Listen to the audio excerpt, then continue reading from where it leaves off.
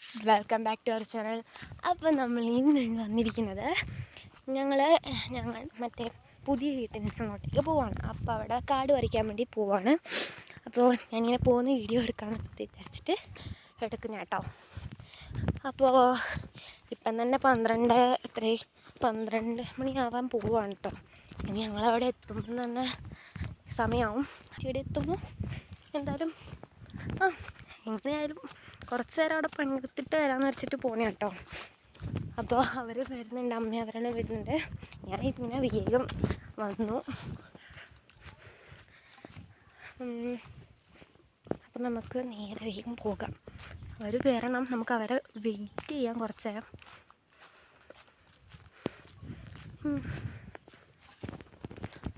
വരുന്നുണ്ടെന്ന് തോന്നുട്ടാ. അങ്ങനെ ഗൈസ്, ഞാനിപ്പോൾ ഇവിടെ എത്തിയിട്ടുണ്ട്.